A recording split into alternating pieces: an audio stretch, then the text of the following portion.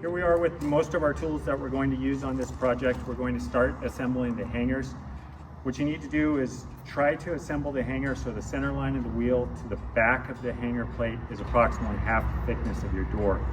In our particular case, our door is 1 3/4 inches thick, but we're going to have it 15/16 from the back of the hanger plate to the center line of the wheel to give ourselves some more clearance behind the door so the bolt heads don't rub against the wall. We're going to take the components and reassemble the spacers, the washers around to accommodate that distance that you want from the center of the wheel to the back of the hanger plate. So usually there's going to be washers behind the wheel, then the single 1/2 inch spacer, and then more washers before you get to the hanger plate. And then when you put the hanger plate on, make absolutely certain that you're putting it in the hole that's closest to one end of the hanger plate. That hole is centered 3/4 of an inch down from the top of the hanger plate. And then put on your last washer and acorn nut. Tighten that acorn nut down with a 5/8 wrench. Only go finger tight, don't tighten it too much.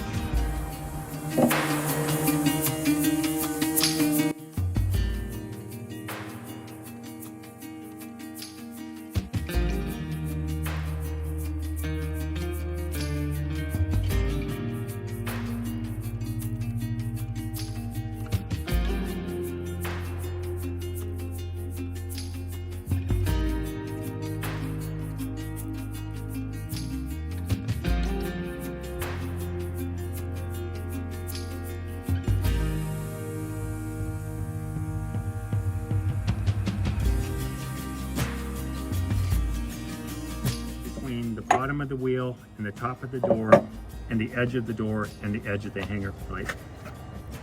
If you're following our default install instructions, use these setup blocks to set your spacing, and then a clamp. Once you make sure the wheel is tight to the top of the door and parallel to the edge of the door with your setup blocks, and then clamp in place. Having the hanger plate on the face of the door that it will be permanently installed, drill straight down through the holes with a 3/8 bit.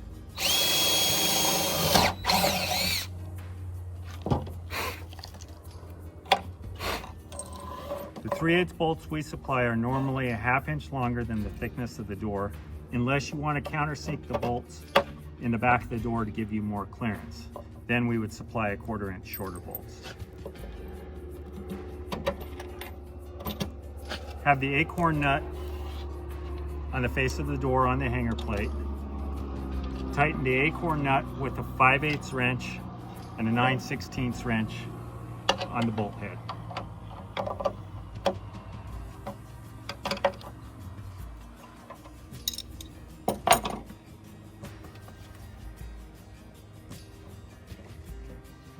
These bolt heads to be proud of the door and stick out towards your wall. You can request the bolts to be a 1/4 inch shorter so you can countersink them flush with the back of the door. The install instructions gives 2 different ways of installing the floor guide. You can put one in front of the door and one behind the door, or our preferred method is the kit comes with a single floor guide. Take a slot cutter bit, which was already done ahead of time on this door. That's a 1/4 inch wide, 9/16 deep, and cut a slot in the center bottom of the door. That allows the door to slide easily over the top of this floor guide. Generally, the clearance from the bottom of the door to the floor is a 1/2 inch. And this floor guide goes up into that slot about a 1/2 inch.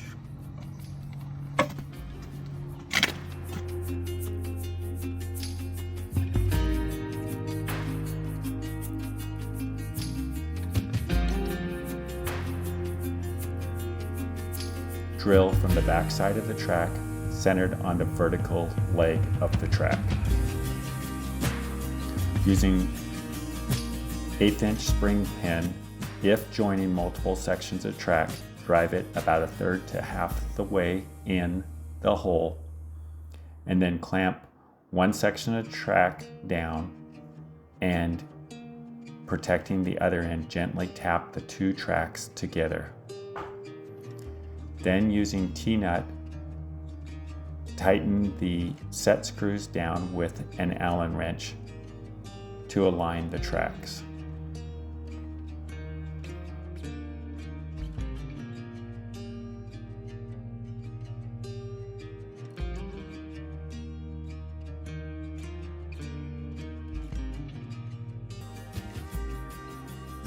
If following our default install instructions where edge of door is end of track, mark 1 9/16 of an inch in from each end of the track and drill a 5/16 hole on the scratch line that's on the inside of the track.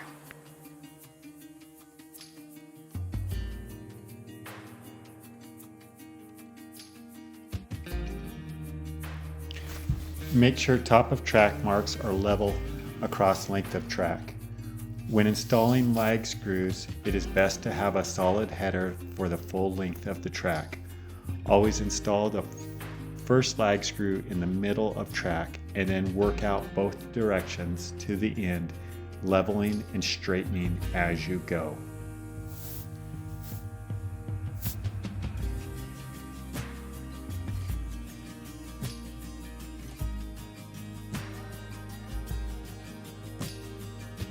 Before installing door, put stop bolt in one end of the track and leave the other end open, and then slide door in from end of track.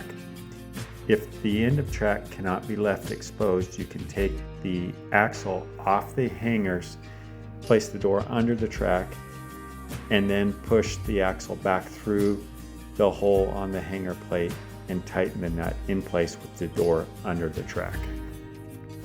If you have a wood floor, go ahead, screw the floor guide in place, centering it in the curve and the door hanging plumb.